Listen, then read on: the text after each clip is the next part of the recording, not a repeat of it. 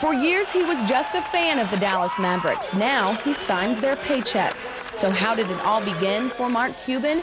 As an idea between him and fellow Indiana Hoosier alum Todd Wagger. He came to me one day with an idea. This was back in '95, and he said, there's got to be a way we can listen to Indiana basketball and sports in general over this new thing called the internet. And he's like, you're the geek, you figure it out. And Broadcast.com was born in the second bedroom of Cuban's house on a $3,000 personal computer. Less than 5 years later, in 1999, it had grown to a 300-employee operation, a .com success story in its truest sense. And what makes it still true is the fact that Cuban got out.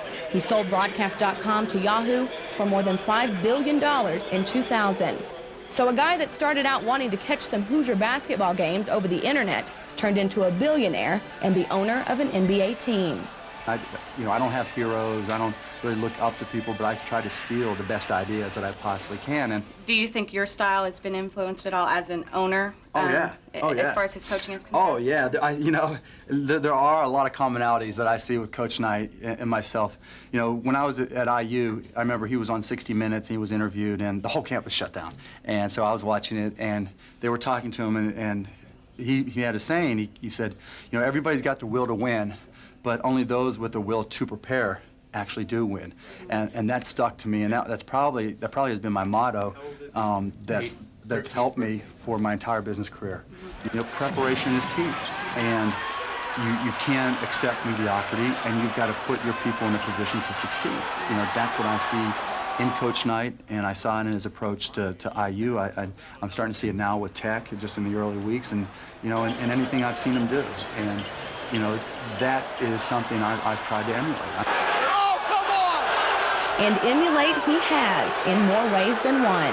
Hey, Blaine, you can start calling them fair any day now.